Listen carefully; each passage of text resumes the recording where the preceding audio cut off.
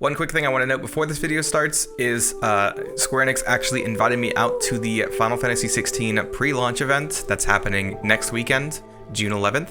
I am so excited to go there, get some hands-on gameplay of the game, and share my thoughts with you guys.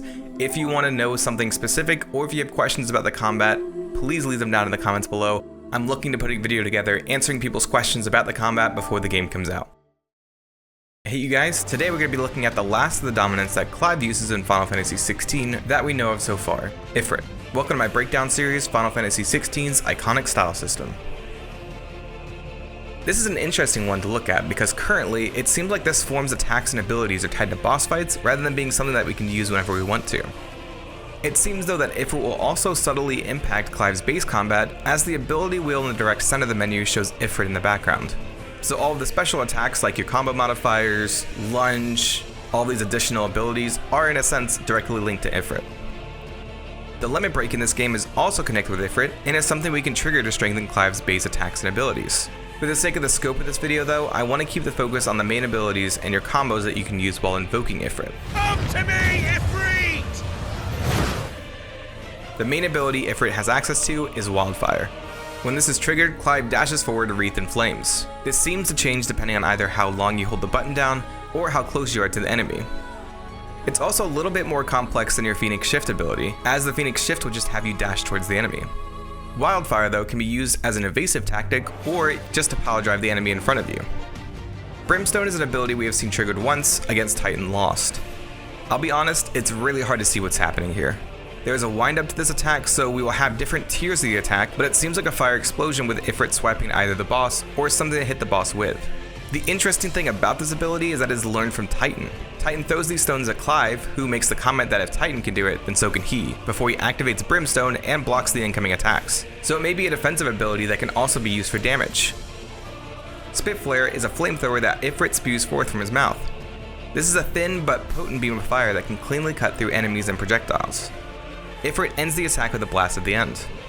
Typically after an ability is used, the HUD will switch back to your basic attacks, but in this scene, whoever is playing is holding the button down to stay on the ability loadout screen. This makes me think you can control how long this beam blast is active for by holding the button down. Those are the only two abilities we have seen in combat, but like I said earlier, we do have an ability wheel to upgrade abilities, which gives us a look at some new ones that we haven't seen yet.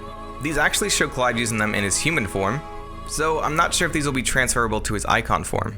We see 3 in total, but only see the actual description of Will of the Wisps. This ability lets you summon a storm of fireballs that circle around Clive, damaging nearby targets but also absorbing damage. The actual combat for Ifrit is really unique. At first I thought it would be very simple with just 3-hit combos, but you have a ground combo and air combo, both with the ability to link your attacks with magic to animation cancel similar to your base form. You also get access to combo modifiers like a diving strike by hitting both your attack and jump button at the same time, which gives you this pyro assault attack with Clive doing the spinning kick downwards on the enemy. You can follow this up with other attacks as well, which we can see with burst finishers or just strong attacks. You can also use what I assume is your fireball casts with triangle alongside your combo to do a backdraft finisher, which has Clive summoning a giant ball of fire to shoot at the enemy. Even more on top of that are also different burst finishers, like this one where Clive just rockets into the air with a fiery kick, or this one where he just creates a giant explosion of flames from the ground. The way you can follow up burst finishers into combo modifiers into even more attacks is incredible. If I'm being honest, it's really hard to parse a lot of these combo inputs without being able to test it myself. Just being able to see it though, it's pretty clear they put a lot of thought into this Ifrit form, as there seems to be a ton of combat options. The last bit of combat I've seen is this Burning Fate attack. We've only seen the aerial version of this, which has Clive spinning as flames circle around him. I imagine this will just trigger after we get a certain number of square attacks off. Other than that, we have Fireball, which is a combo linker, but can also be used as a long-range damager. This can be charged for an even more powerful Fireball. There's also this action on your HUD called Fireflight. This is actually shared between Ifrit and Phoenix, so it may just be a healing item. Aside from that, there are some enemy actions that are homages to Ifrit's iconic attacks, such as Hellfire and Vulcan Burst. And that's all I've seen so far for Ifrit's attacks and abilities. I'm honestly really excited to see how these set-piece battles will work.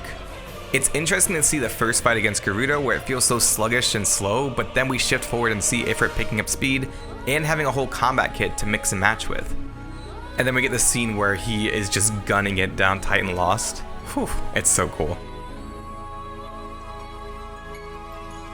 I'm glad it's not just going to be a mash square and watch these cinematics kind of set piece too. You still have some agency and control in between the cinematic moments.